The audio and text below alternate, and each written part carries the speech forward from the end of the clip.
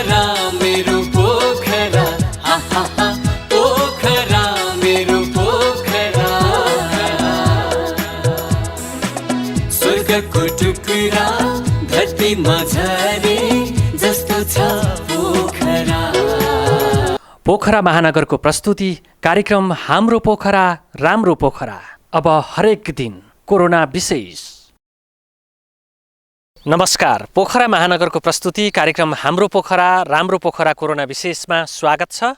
म गोविन्द सुवेदी। आदरणीय दर्शकवृन्द, आजको बसाइमा पनि हामीले एउटा योग प्रस्तुति, त्यसैगरी विशेषज्ञ डाक्टरसँग कोरोना भाइरस नियन्त्रणका लागि अथवा कोरोना भाइरस भित्रिन नदिनका लागि हामीले के कस्ता उपाय अपनाउनुपर्छ भन्ने सन्दर्भको कुराकानी र पोखरा महानगरपालिकाले लकडाउनलाई थप व्यवस्थित गर्ने निर्णय गरेको छ। पोखरा महानगरपालिका कार्यपालिकाको बैठक सम्पन्न भएको छ र यो बैठकका निर्णयका सन्दर्भमा पनि आज हामी चर्चा गर्नेछौँ, केही जानकारी प्रस्तुत गर्नेछौँ। दर्शकवृन्द, कार्यक्रमको प्रारम्भमा प्रस्तुत गरौँ पतञ्जलि योग समिति गण्डकी प्रदेशका कोषाध्यक्ष उषा गोसलीको यो योग प्रस्तुति। हाम्रो पोखरा राम्रो पोखरा। सुखासनमा बसौँ, स्थिरम सुखम आसनम भनिन्छ। स्थिरमसँग बस्न सक्ने आसनमा बस्छौँ र हामी शरीरलाई, मनलाई, मस्तिष्कलाई एकाग्रका लागि पवित्र बनाउँछौँ मन्त्रद्वारा।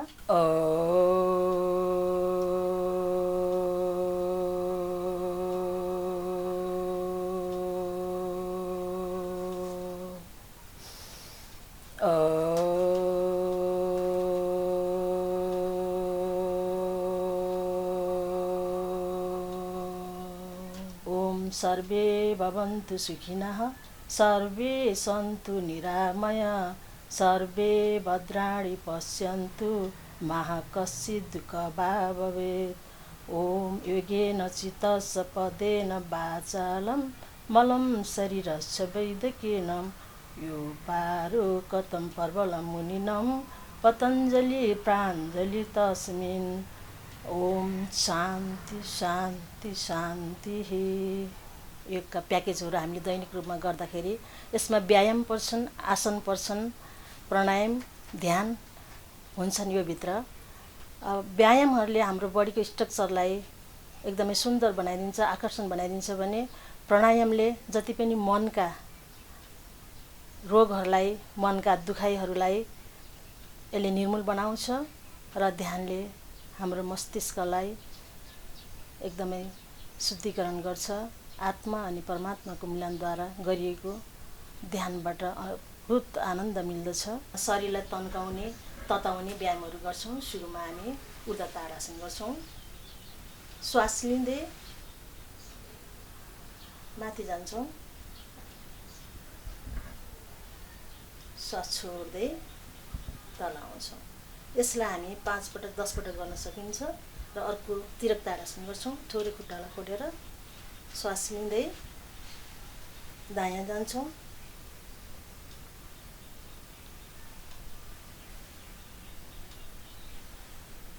श्वास छोड्दै बिचमा आउँछौँ, श्वास लिँदै बायाँ जान्छौँ, श्वास छोड्दै बिचमा आउँछौँ। अब हामी अर्को कट्टी चक्र आसन गर्छौँ। हातलाई अगाडि सिधा राख्दै श्वास लिँदै हातलाई हेर्छौँ, पछाडि जान्छौँ, श्वास छोड्दै अगाडि आउँछौँ। फेरि श्वास लिँदै बायाँ जान्छौँ,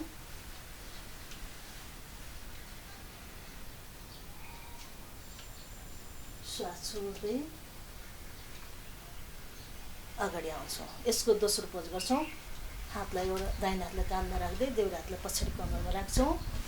श्वास लिँदै दायाँबाट बायाँ कुर्कुचालाई हेर्ने कोसिस गर्छौँ।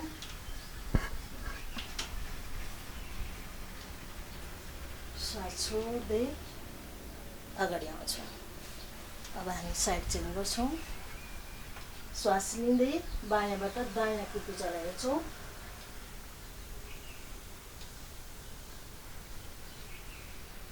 श्वास छोड्दै बिस्तारै अगाडि आउँछौँ। यसलाई पनि हामी 5-10 पटक गर्न सकिन्छ।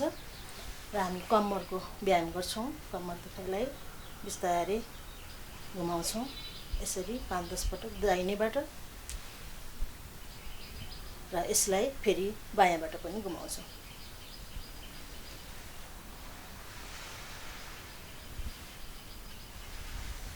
घुँडाका लागि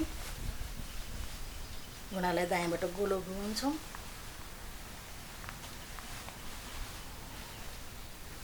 यसलाई बायाँबाट पनि घुमाउँछौँ।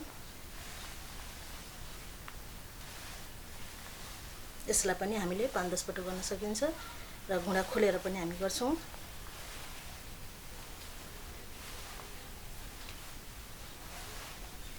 यसलाई विपरीत साइड पनि गर्छौँ।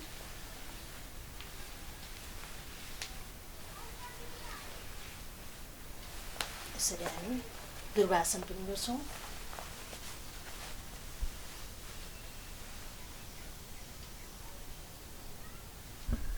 चेन्ज गर्छौँ।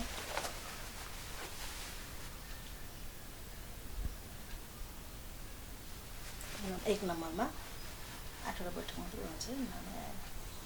सुरु गर्छु। साधारण अर्ध बैठक। श्वास लिँदै श्वास छोड्दै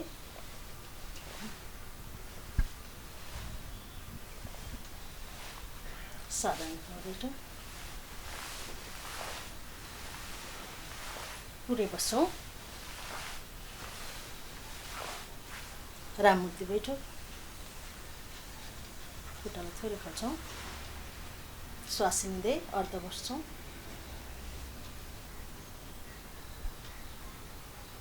श्वास छोड्दै श्वास लिँदै श्वास छोड्दै। यसलाई पनि हामी 5-10 पटक गर्न सकिन्छ। पहलमानी बैठक क गर्छौँ। हल्का उफ्रिन्छौँ। 1 2 1 2। अब पहलमानी बैठक ख गर्छौँ। 1 2 3 4 1 2 3 4। अब हामी हनुमान बैठक गर्छौँ। खुट्टालाई थोरै खोलेर सास 1 2 3 4। यसलाई पनि हामी 5-10 पटक गर्न सकिन्छ। हनुमान बैठक ख गर्छौँ। श्वास लिँदै माथि हेर्छौँ। श्वास छोडे बिस्तारै अगाडि आउँछौँ। फेरि श्वास लिँदै बायाँ माथि हेर्छौँ। श्वास छिर्दै बिस्तारै अगाडि आउँछौँ। हनुमान बैठक ग सुरु गर्छौँ। 1 2 3 4। यो पनि हामीले 5-10 पटक गर्न सकिन्छ। हाम्रो यो पनि प्याकेजभित्र पर्छ। यो पनि व्यायाम हो। यी सम्पूर्ण व्यायामहरूले हाम्रो शरीरमा अष्टचक्रलाई जागृत गर्छ। सम्पूर्ण शरीरका दुखाइहरूलाई कम गर्छ। सामान्य रोगहरूलाई यसले निर्मूल बनाउँछ। शरीरलाई तताउने र तन्काउने लचिलो बनाउने गर्छ र एकदमै स्वस्थ बनाउँछ। म अब प्राणायामहरू गर्छु। हाम्रो 8वटा प्राणायाम मध्येको पहिलो प्राणायाम भस्त्रिका प्राणायाम। पहिला आसनलाई सहज बनाऊ। हातलाई आवश्यक मुद्रामा घुँडामाथि राख्छौँ। मनलाई एकदमै शान्त धैर्य एकाग्र राख्न जरुरी छ र ढाड कमर गर्दनलाई सिधा राखेर बसौँ र एकाग्रका लागि आँखालाई बन्द गर्न सकिन्छ र लामो गहिरो श्वास छातीभरि बढ्छौँ। 2.5 सेकेन्डदेखि 5 सेकेन्डसम्म लगाएर भर्न सकिन्छ। आफ्नो शरीरको क्षमता, आफ्नो शरीरको सामर्थ्य, शक्ति, अवस्था हेरेर गर्नुपर्छ। मनलाई एकाग्रता राख्न पनि अति जरुरी छ। भन्दै लामो गहिरो श्वास भर्छु। त्यति नै समय लाएर श्वासलाई बिस्तारै बाहिर फाल्छौँ। श्वास लिने र फाल्ने यो प्रक्रियाले हाम्रो छाती फुल्ने र खुम्चिने हुन्छ र यसले हाम्रो फोक्सोलाई स्वस्थ राख्छ। जति पनि हाम्रो फोक्सोमा रहेका अनगिन्ती ब्लकेज प्वालहरूलाई यसले खुलाइदिने काम गर्छ र हामीलाई स्वस्थ बनाउँछ। श्वास प्रश्वासमा सहज बनाउँछ। श्वास भर्दा छाती फुल्छ। श्वास फाल्दा छाती खुम्चिन्छ।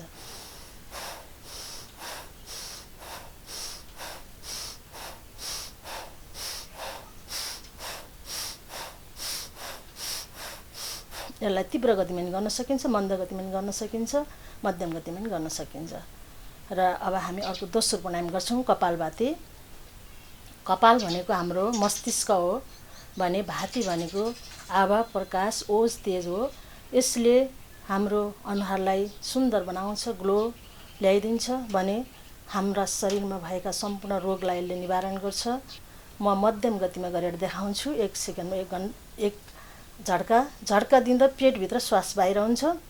श्वास लिनलाई जोड गर्नु पर्दैन, अटोमेटिक श्वास आफै भित्र जान्छ र यसलाई श्वास फाल्न मात्रै ध्यान केन्द्रित गर्नुपर्छ।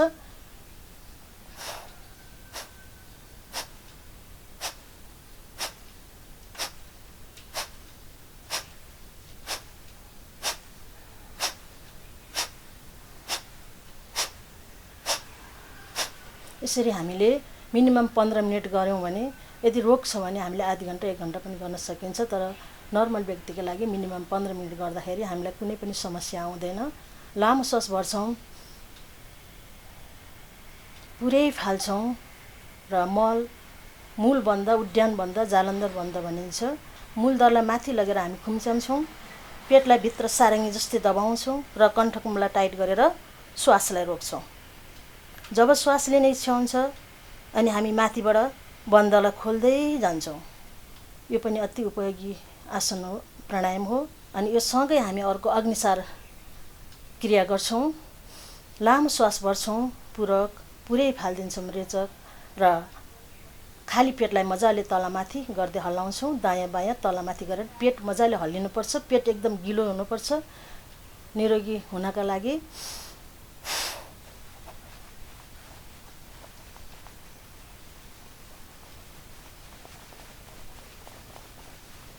यसलाई दायाँ बायाँ पनि गर्न सकिन्छ।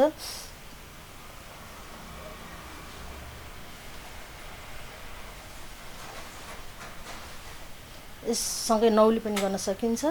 र अर्को प्राणायाम हो उज्जाई। उच्च स्वरमा गर्ने भएर यसलाई उज्जाई भनिन्छ। बिस्तारै घाँटीलाई घर्षण गर्दै श्वासलाई भर्छौँ र भरेको श्वासलाई कण्ठकुम्ब टाइट गर्दै रोक्छौँ। रोकेको श्वासलाई दायाँ नाकको पुवाल बन्द गर्दै बायाँ नाकबाट हामीले श्वासलाई फाल्छौँ।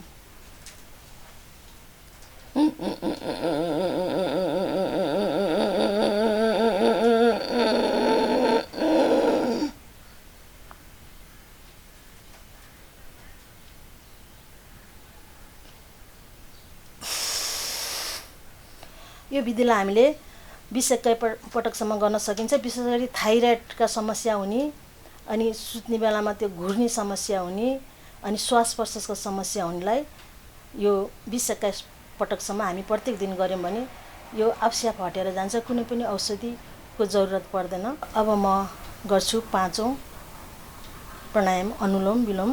बन्द गर्दै बायाँ नाकबाट श्वासलाई लिएर सुरु गर्छौँ र लिएको श्वासलाई बन्द गर्दै फेरि दायाँ नाकबाट श्वासलाई पुरै फाल्छौँ र फाल्न साथ फेरि दायाँबाट श्वासलाई लिन्छौँ र दायाँलाई बन्द गर्दै बायाँ फाल्छौँ। फाल्न साथ हामीले श्वासलाई लिन्छौँ, दायाँ फाल्छौँ, फाल्न साथ श्वासलाई लिन्छौँ। यो अनुलोम विलोम प्राणायामलाई हामीले सुरु गर्दा पनि बायाँ नाकबाट सुरु गर्छौँ र अन्त गर्दा पनि बायाँ नाकबाट हामीले फालेर यसलाई विश्राम गर्छौँ। यो चन्द्र सूर्य शक्ति योबाट प्राप्त हुन्छ। हामीले दायाँ नाकबाट लिएको श्वास बायाँ मस्तिष्कमा पुगेर हाम्रो मस्तिष्कलाई एकदमै शुद्ध बनाउँछ। अब म भ्रामरी गर्छु।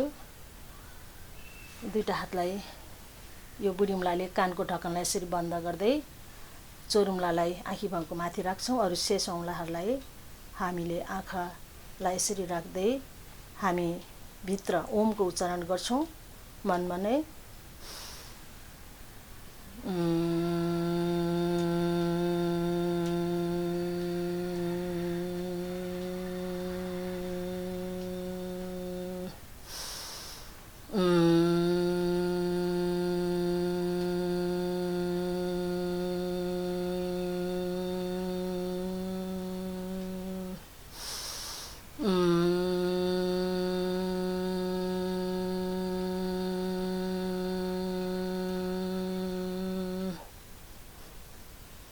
अब उद्भिद प्राणायाम गर्छौँ।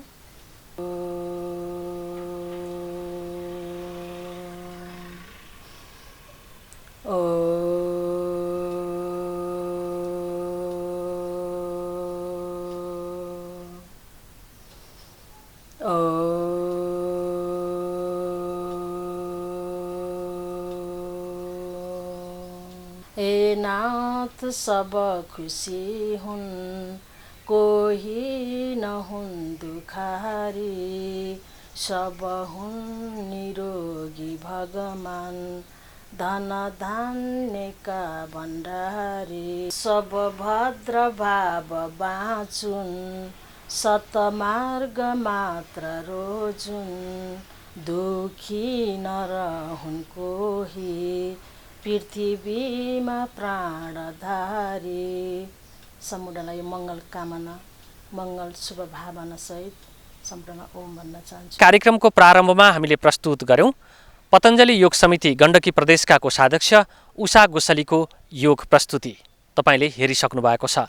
अबको क्रममा भने हामी कोरोना भाइरसबाट जोगिनका लागि हामीले अपनाउनु पर्ने उपाय साथसाथै यसको व्यवस्थापनका लागि के कस्ता काम भइरहेका छन् पोखरामा भन्ने सन्दर्भमा वरिष्ठ बालरोग विशेषज्ञ डाक्टर श्रीकृष्ण श्रेष्ठसँगको कुराकानी। हाम्रो पोखरा राम्रो पोखरा। डाक्टर साहब, अब कोरोना भाइरस सङ्क्रमण विश्वमा देखिसकेपछि नेपालमा एक खालको चासो रह्यो होइन?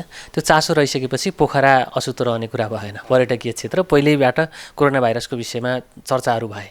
यहाँसम्म आइपुग्दाखेरि पछिल्लो पिरियड कोरोना विरुद्ध पोखरावासी, पोखरेलीहरू अथवा भन्दा गण्डकी प्रदेशको राजधानीवासीहरू कतिको सचेत रहेको पाउनुभयो? लकडाउनलाई कतिको पालना गरे पाउनुभयो? अब भनौँ न, लकडाउन चाहिँ सफलै भएको मान्नुपर्छ। यसलाई चाहिँ अब असफल भएको जस्तो लाग्दैन, किनभने मान्छेहरू अलिकति सचेत छन्। सचेत भएको कारणले गर्दाखेरि यो कोरोना चाहिँ हामीलाई पनि सर्न सक्छ भन्ने खालको एउटा भावनाले गर्दाखेरि अहिले हुन त गण्डकी प्रदेशमा त्यति धेरै कोरोना केसहरू देखाएको छैनन्, शून्य नै जस्तो छ है। तर मान्छेहरूले यति साह्रो सपोर्ट गरेको छ जसलाई चाहिँ हामीले चाहिँ मान्नै पर्छ जस्तो लाग्छ।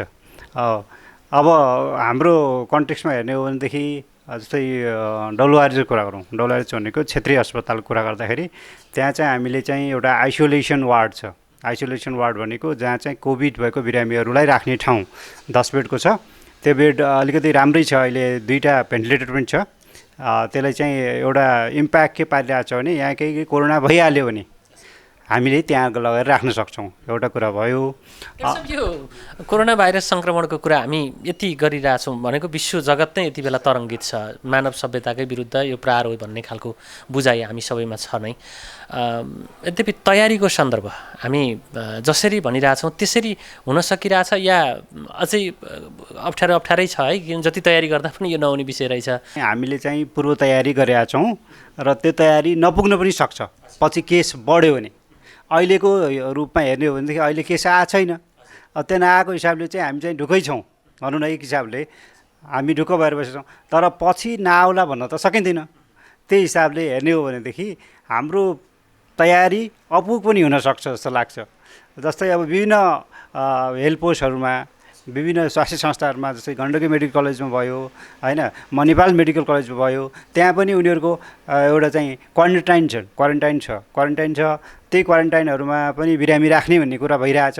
तर त्यहाँ पनि बिरामीहरू छैनन्। अहिले आज होल चाहिँ यो प्रदेश चाहिँ एकदम शान्त भइरहेको जस्तो लाग्छ। समग्रमा कोरोना भाइरस विरुद्ध हामी सचेत भइरहँदाखेरि कमी कमजोरी हुन्छ नि नागरिकमा सरकारको तर्फबाट। राज्यले यो गर्यो भने अझ फाइन होइन? हामी जनताले पनि यो गऱ्यौँ भने अझ राज्यलाई पनि सहयोग गर्ने, आफू आफ्नो परिवार समाज सबैलाई योगदान दिएको हुने के छ सुझाव? अहिले चाहिँ यसो हेर्दाखेरि हाम्रो कन्टेक्स्टमा के छ भनेदेखि हाम्रो जुन रूपमा अहिले भइरहेको तयारी छ त्यो तयारी चाहिँ पुग पनि छ अपुग पनि छ भनेर भन्छु म। किनभने यो बेलामा भनेको कुनै अस्पतालको कोभिड हस्पिटल भनेर हाम्रो क्षेत्रीय अस्पताललाई घोषणा गरेको छ डब्लुआरएचलाई, अनि अर्को कोभिड अस्पताल चाहिँ बागलुङ अस्पताललाई घोषणा गरेको छ। त्यही अस्पतालहरूमा राम्रैसँग सञ्चालन गरिरहेको छ अहिलेको हिसाबमा। स्थानीय तहहरू विशेष गरी महानगरपालिका यसका वडा संरचनाहरूले क्वारेन्टाइन निर्माण गरेका छन्। कतिपय ठाउँमा क्वारेन्टाइनमा राखियो पनि उहाँहरू अहिले घर पनि फर्किनु भएको छ होइन, कतिपय आउने क्रम पनि होला। त्यो खोज्ने क्रम बाहिरबाट आएकाहरूलाई खोजी राख्ने काम कतिको हुन सक्यो, कहीँ लुज पोइन्ट रह्यो कि? हाम्रो चाहिँ यो 2 थरीको टेस्ट रहेछ यहाँ चाहिँ। अब त्यो टेस्टहरू गर्दाखेरि कुनैको पोजिटिभ निस्केका छन्, कुनैमा नेगेटिभ पनि निस्केका छन्। अब कुनै पोजिटिभ भएको केसहरू चाहिँ त्यो केसहरूलाई चाहिँ क्वारेन्टाइनमा राखेका छन् र राम्रो पनि भएर गएका छन्। कुनै केसहरू चाहिँ अब नेगेटिभ छन् तर उनीहरूलाई 14 दिन चाहिँ अब बाहिरबाट आएका मान्छेहरूलाई क्वारेन्टाइनमा बस्नुपर्छ भन्ने एउटा जुन नर्म्स छ, त्यो नर्म्सलाई गभर्मेन्टको नर्म्सलाई हामीले पनि फलो गरेका छौँ र नगरपालिकाले पनि फलो गरेको जस्तो लाग्छ। हामीले जे गर्न सकेका छौँ त्यो राम्रो कुरा जस्तो लाग्छ।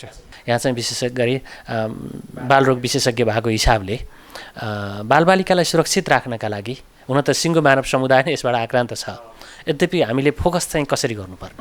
यो वृद्धहरू 60 वर्षभन्दा बढीको वृद्धहरूलाई पनि बढी नै छ है।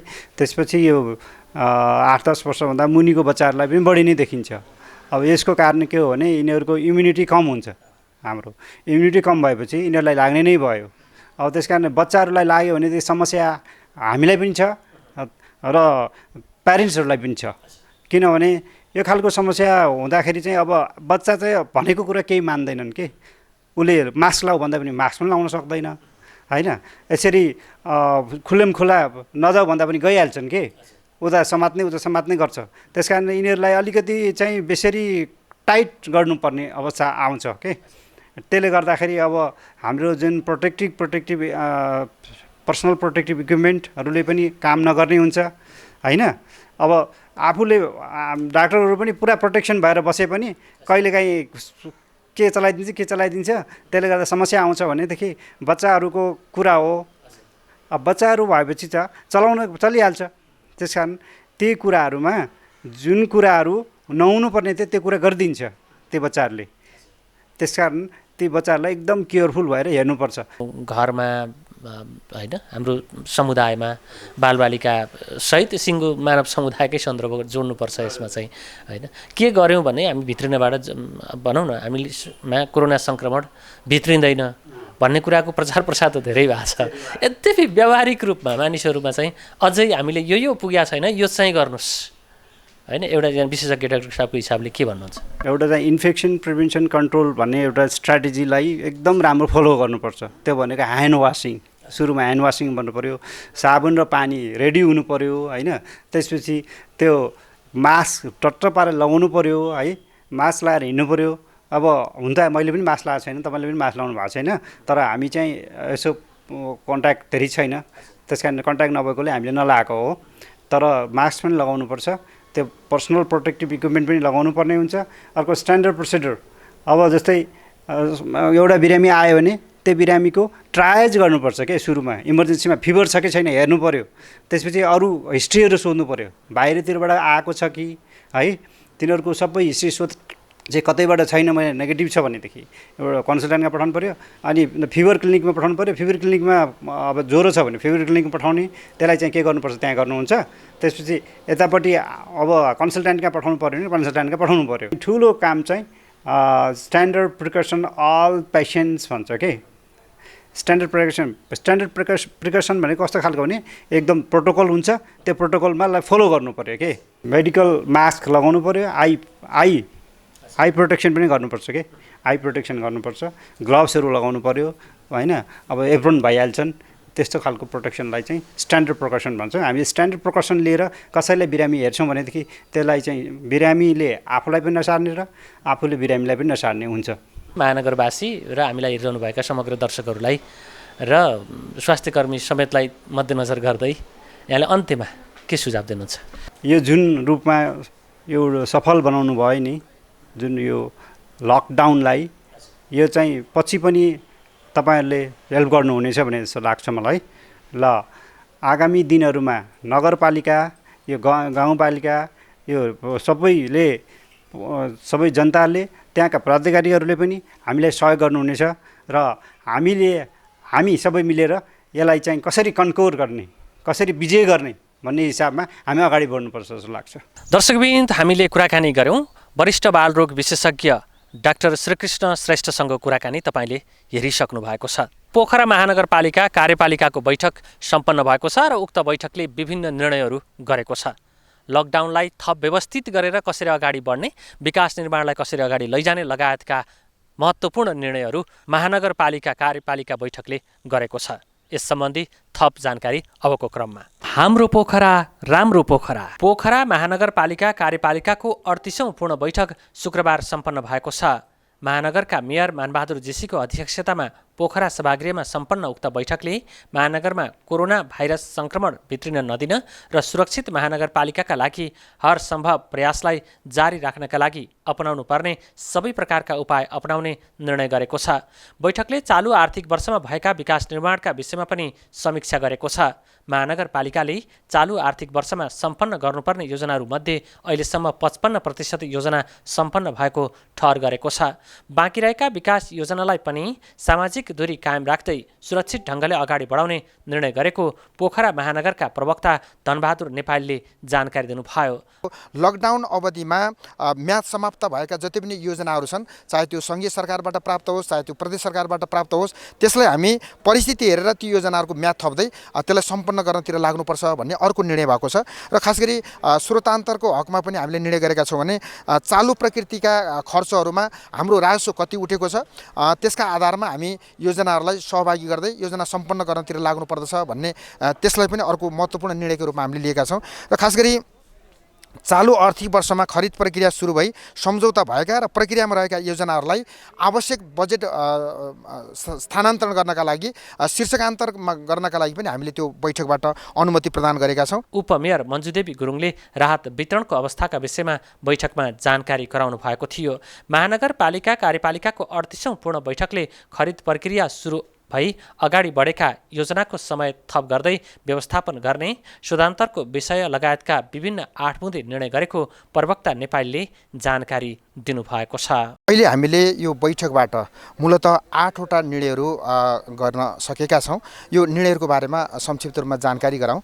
पहिलो त हामीले यो चालु आर्थिक वर्ष 76-77 को सञ्चालित योजनाहरूको अवस्थाका बारेमा, सम्पन्न भएका योजनाहरूको बारेमा, निरन्तर अगाडि बढिरहेको चालु योजनाको बारेमा र अब सम्पन्न गर्नुपर्ने जो सुरुवात भएको छैन ती योजनाहरूको बारेमा हामीले समीक्षा गऱ्यौँ र झन्डै हामी 50 देखि 55% योजनामा हामी पूर्णता पाएका छौँ र अब बाँकी योजनाहरूलाई हामी परिस्थिति हेरेर यो लकडाउनले उब्जाएको समस्याका कारण परिस्थिति हेरेर अगाडि बढ्ने कुरा निर्णय भएको छ। त्यसैगरी आर्थिक वर्ष 77-78 को लागि वार्षिक बजेट तयारी गर्ने सन्दर्भमा पनि हामीले बजेट बनाउँदा यो तवरबाट यति बजेट रकमका आधारमा कुन कुरालाई प्राथमिकता दिने भन्ने आधारमा हामीले त्यो योजना पनि हामीले बैठक निर्णय गरेका छौँ। र खास गरी अहिले विश्वव्यापी रूपमा यो हावाको गतिमा, तीव्र गतिमा जुन कोरोना सङ्क्रमण चाहिँ फैलिरहेको छ यसलाई कसरी चाहिँ हामीले व्यवस्थित गर्न सक्छौँ र सरकारको घोषणालाई व्यवस्थित तरिकाले चाहिँ कार्यान्वयन गर्नका लागि खास गरी पोखरा महानगरपालिकामा हामीले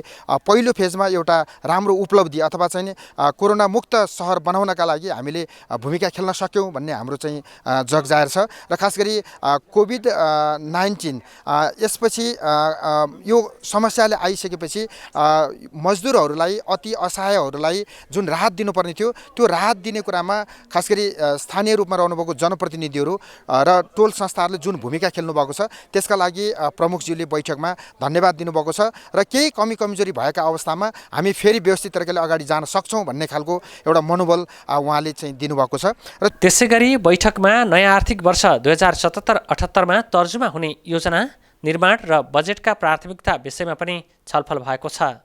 त्यसैगरी बैठकमा नयाँ आर्थिक वर्ष 2077-78 मा तर्जुमा हुने योजना निर्माण र बजेटका प्राथमिकता विषयमा पनि छलफल भएको छ। मजदुर र अति विपन्न नागरिकका लागि वितरण भएको राहतका विषयमा पनि बैठकमा समीक्षा भएको छ। राहत प्रदानमा सहयोग र सहकार्य गर्ने विभिन्न सामाजिक सङ्घ-संस्था, टोल विकास संस्था र सामाजिक व्यक्तित्व प्रति समेत महानगरका मेयर मानबहादुर जेसीले आभार प्रकट गर्नुभएको छ।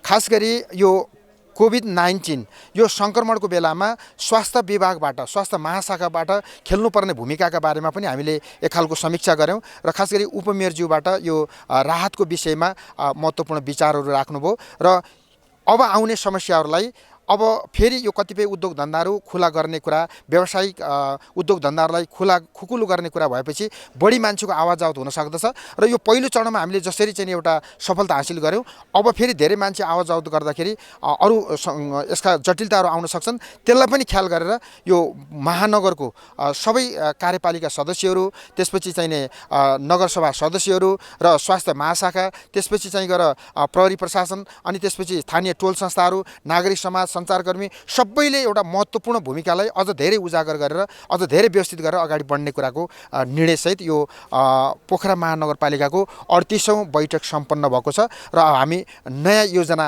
सँगसँगै नयाँ चुनौतीहरूलाई सामना गर्नका लागि गइरहेका छौँ। दर्शकवृन्द, आजको बसाइमा हामीले प्रस्तुत गऱ्यौँ पतञ्जलि योग समिति गण्डकी प्रदेशका कोषाध्यक्ष उषा गोसलीको योग प्रस्तुति, त्यसै गरी वरिष्ठ बालरोग विशेषज्ञ डाक्टर श्रीकृष्ण श्रेष्ठसँगको कुराकानी र हामीले प्रस्तुत गऱ्यौँ पोखरा महानगरपालिकाको कार्यपालिका बैठकले गरेका विविध निर्णयको सन्दर्भको जानकारी। हाम्रो पोखरा राम्रो पोखरा। आजको बसाइमा हामीले प्रस्तुत गऱ्यौँ पतञ्जलि योग समिति गण्डकी प्रदेशका कोषाध्यक्ष उषा गोसलीको योग प्रस्तुति तपाईँले हेर्नुभयो। त्यसै गरी बालरोग विशेषज्ञ डाक्टर श्रीकृष्ण श्रेष्ठसँगको कुराकानी पनि हामीले प्रस्तुत गरिसकेका छौँ र महानगरपालिकाको कार्यपालिका बैठकले गरेका विविध निर्णयको विषयमा पनि हामीले जानकारी गरायौँ। यतिन्जेलसम्म हामीलाई हेरिदिनु भयो तपाईँ सम्पूर्ण दर्शकप्रति विशेष आभार प्रकट गर्छु र हाम्रो सम्पूर्ण युनिटका साथ मलाई पनि आज्ञा दिनुहोस्। नमस्कार। हाम्रो पोखरा राम्रो पोखरा।